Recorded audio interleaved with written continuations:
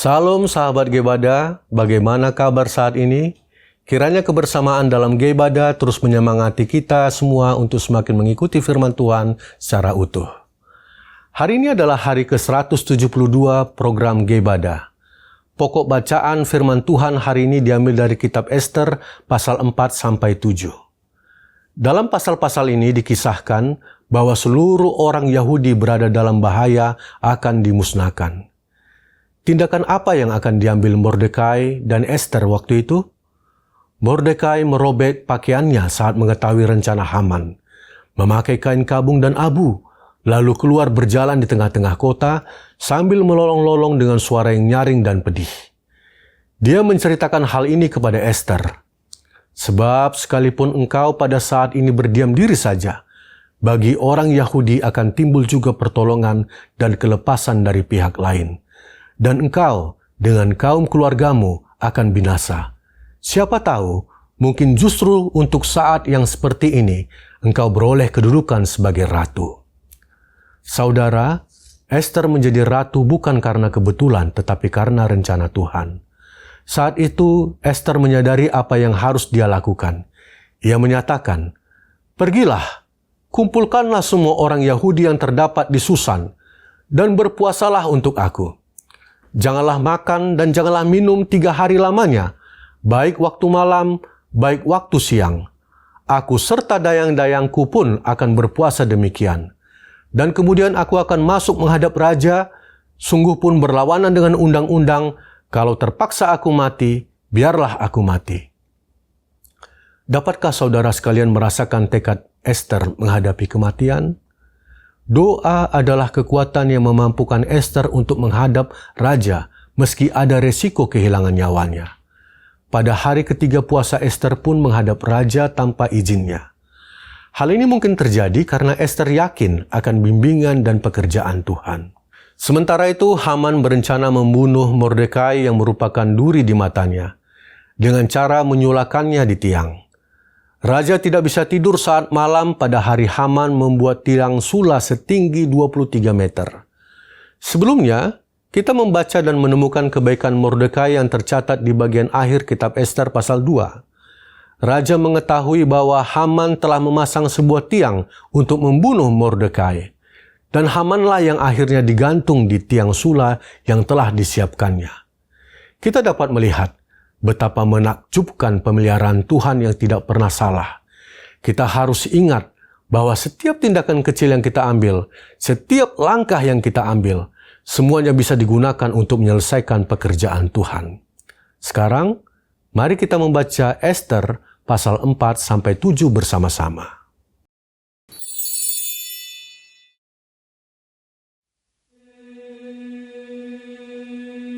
Setelah Mordekai mengetahui segala yang terjadi itu, ia mengoyakkan pakaiannya, lalu memakai kain kabung dan abu. Kemudian keluar berjalan di tengah-tengah kota, sambil melolong-lolong dengan nyaring dan pedih. Dengan demikian, datanglah ia sampai ke depan pintu gerbang istana raja. Karena seorang pun tidak boleh masuk pintu gerbang istana raja dengan berpakaian kain kabung. Di tiap-tiap daerah kemana titah dan undang-undang raja telah sampai, ada perkabungan yang besar di antara orang Yahudi, disertai puasa dan ratap tangis. Oleh banyak orang dibentangkan kain kabung dengan abu sebagai lapik tidurnya.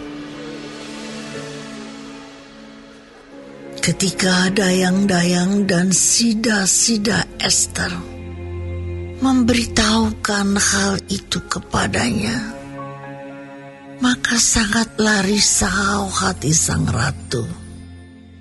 Lalu dikirimkannya pakaian supaya dipakaikan kepada Mordekai, dan supaya ditanggalkan kain kabungnya daripadanya. Tetapi tidak diterimanya.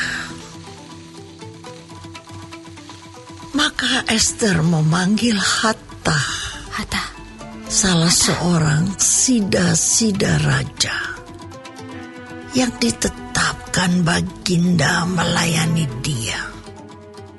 Lalu memberi perintah kepadanya menanyakan Mordekai untuk mengetahui apa artinya dan apa sebabnya hal itu. Lalu keluarlah Hattah mendapatkan Mordekai di lapangan kota yang di depan pintu gerbang istana raja. Dan Mordekai menceritakan kepadanya segala yang dialaminya, serta berapa banyaknya perak yang dijanjikan oleh Haman akan ditimbang untuk perbendaharaan raja sebagai harga pembinasaan orang Yahudi. Juga salinan surat undang-undang yang dikeluarkan di Susan untuk memunahkan mereka itu diserahkannya kepada Hattah supaya diperlihatkan dan diberitahukan kepada Ester. Lagi pula Hattah disuruh menyampaikan pesan kepada Ester supaya pergi menghadap raja untuk memohon karunia-Nya dan untuk membela bangsanya di hadapan baginda. Lalu masuklah Hattah dan menyampaikan perkataan Mordekai kepada Ester. Akan tetapi Ester menyuruh Hattah memberitahukan kepada Mordekai, semua pegawai raja serta penduduk daerah-daerah kerajaan mengetahui bahwa bagi setiap laki-laki atau perempuan yang menghadap raja di pelataran dalam dengan tiada dipanggil, hanya berlaku satu undang-undang, yakni hukuman mati. Hanya orang yang kepadanya raja mengulurkan tongkat emas yang akan tetap hidup. Dan aku selama 30 hari ini tidak dipanggil menghadap raja. Ketika disampaikan orang perkataan Ester itu kepada Mordekai, maka Mordekai menyuruh menyampaikan jawab ini kepada Ester. Jangan kira karena engkau di dalam istana raja, hanya engkau yang akan terluput dari antara semua orang Yahudi. Sebab sekalipun engkau pada saat ini berdiam diri saja, bagi orang Yahudi akan timbul juga pertolongan dan kelepasan dari pihak lain. Dan engkau dengan kaum keluargamu akan binasa. Siapa tahu, mungkin justru untuk saat yang seperti ini engkau beroleh kedudukan sebagai ratu. Maka Ester menyuruh menyampaikan jawab ini kepada Mordekai. Pergilah, kumpulkanlah semua orang Yahudi yang terdapat di Susan, dan berpuasalah untuk aku. Janganlah makan dan janganlah minum 3 hari lamanya, baik waktu malam, baik waktu siang. Aku serta dayang-dayangku pun akan berpuasa demikian. Dan kemudian aku akan masuk menghadap raja. Sungguh pun berlawanan dengan undang-undang. Kalau terpaksa aku mati, biarlah aku mati. Maka pergilah Mordekai, dan diperbuatnyalah tepat seperti yang dipesankan Ester kepadanya.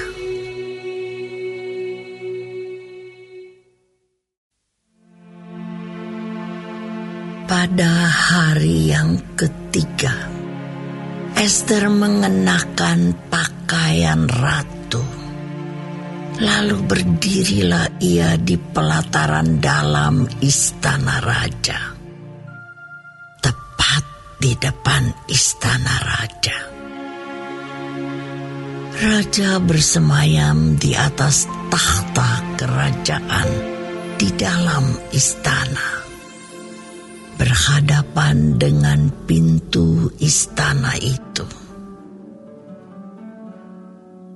Ketika raja melihat Ester, sang ratu, berdiri di pelataran, berkenanlah raja kepadanya, sehingga raja mengulurkan tongkat emas yang di tangannya ke arah Ester.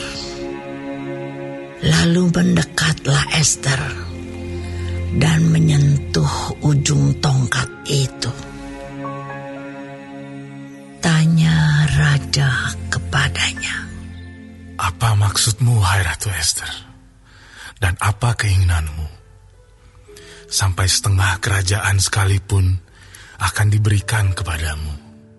Jawab Ester, Jikalau baik pada pemandangan raja, datanglah kiranya raja dengan Haman pada hari ini ke perjamuan yang diadakan oleh hamba bagi raja.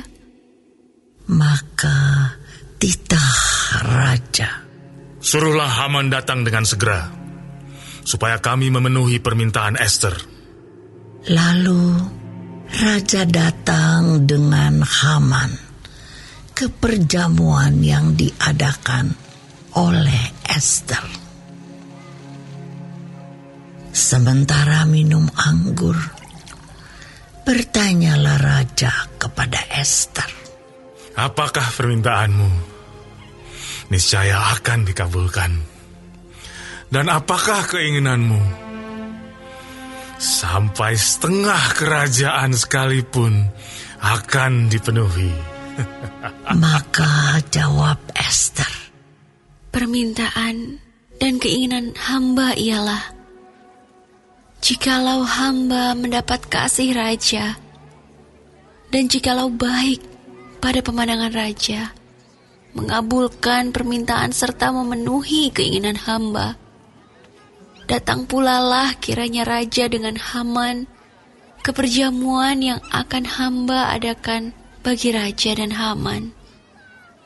Maka besok akan hamba lakukan yang dikehendaki raja. pada hari itu keluarlah Haman dengan hati riang dan gembira. Tetapi ketika Haman melihat Mordekai ada di pintu gerbang istana raja, tidak bangkit dan tidak bergerak menghormati dia, maka sangat panaslah hati Haman kepada Mordekai. Tetapi Haman menahan hatinya. Lalu pulanglah ia ke rumahnya dan menyuruh datang sahabat-sahabatnya dan Zeres istrinya. Maka Haman menceritakan kepada mereka itu besarnya kekayaannya, banyaknya anaknya laki-laki, dan segala kebesaran yang diberikan raja kepadanya, serta kenaikan pangkatnya di atas para pembesar dan pegawai raja. Lagi kata Haman, tambahan pula, tiada seorang pun diminta oleh Ester sang ratu untuk datang bersama-sama dengan raja ke perjamuan yang diadakannya. Kecuali aku. Dan untuk besok pun aku diundangnya bersama-sama dengan raja.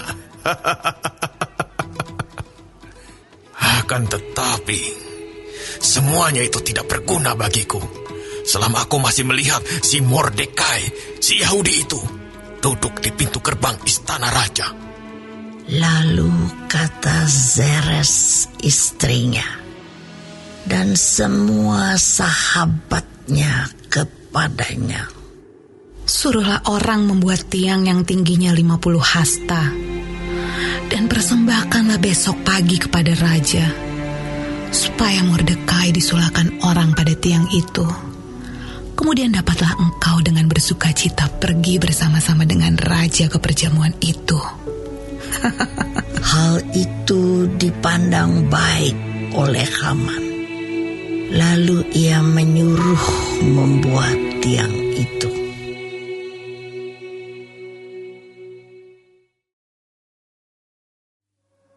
Pada malam itu juga, raja tidak dapat tidur.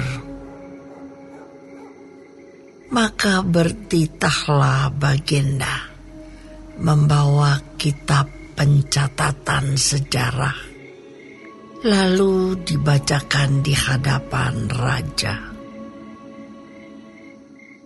Dan di situ didapati suatu catatan tentang Mordekai yang pernah memberitahukan bahwa Bigtan dan Teres, dua orang sida-sida raja yang termasuk golongan penjaga pintu, telah berikhtiar membunuh Raja Ahasuerus. Maka bertanyalah raja, kehormatan dan kebesaran apakah yang dianugerahkan kepada Mordekai oleh sebab perkara itu? Jawab para biduanda raja yang bertugas pada Baginda, kepadanya tidak dianugerahkan suatu apapun. Maka bertanyalah raja, siapakah itu yang ada di pelataran? pada waktu itu Haman baru datang di pelataran luar istana raja untuk memberitahukan kepada Baginda bahwa ia hendak menyulahkan Mordekai pada tiang yang sudah didirikannya untuk dia. Lalu jawab para biduanda raja kepada Baginda, Itulah Haman, ia berdiri di pelataran. maka titah raja. Suruhlah dia masuk. Setelah Haman masuk, bertanyalah raja kepadanya, Apakah yang harus dilakukan kepada orang yang raja berkenan menghormatinya? kata Haman dalam hatinya, Kepada siapa lagi raja berkenan menganugerahkan kehormatan lebih dari kepadaku? oleh karena itu jawab Haman kepada raja, Mengenai orang yang raja berkenan menghormatinya, Hendaklah diambil pakaian kerajaan yang biasa dipakai oleh raja sendiri. Dan lagi, kuda yang biasa dikendarai oleh raja sendiri. Dan yang diberi mahkota kerajaan di kepalanya. Dan hendaklah diserahkan pakaian dan kuda itu ke tangan seorang dari antara para pembesar raja. Orang-orang bangsawan. Lalu, hendaklah pakaian itu dikenakan kepada orang yang raja berkenan menghormatinya. Kemudian, hendaklah ia diarak dengan mengendarai kuda itu melalui lapangan kota, sedang orang berseru-seru di depannya.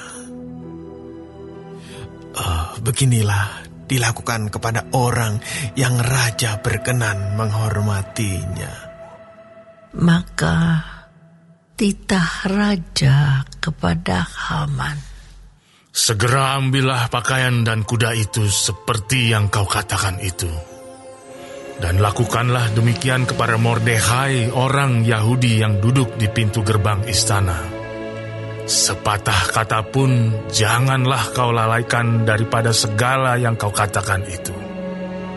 Lalu Haman mengambil pakaian dan kuda itu, dan dikenakannya pakaian itu kepada Mordekhai. Kemudian diaraknya Mordekhai melalui lapangan kota itu, sedang ia menyerukan di depannya, Beginilah dilakukan kepada orang yang raja berkenan menghormatinya. Kemudian kembalilah Mordekhai ke pintu gerbang istana raja. Tetapi Haman bergesa-gesa pulang ke rumahnya dengan sedih hatinya dan berselubung kepalanya. Dan Haman menceritakan kepada Zeres, istrinya, dan kepada semua sahabatnya apa yang dialaminya. Maka kata para orang arif bijaksana dan Zeres istrinya kepadanya, Jikalau Mordekhai, yang di depannya engkau sudah mulai jatuh, adalah keturunan Yahudi, maka engkau tidak akan sanggup melawan dia. Malahan, engkau akan jatuh benar-benar di depannya. Selagi mereka itu bercakap-cakap dengan dia, datanglah sida-sida raja, lalu mengantarkan Haman dengan segera ke perjamuan yang diadakan oleh Ester.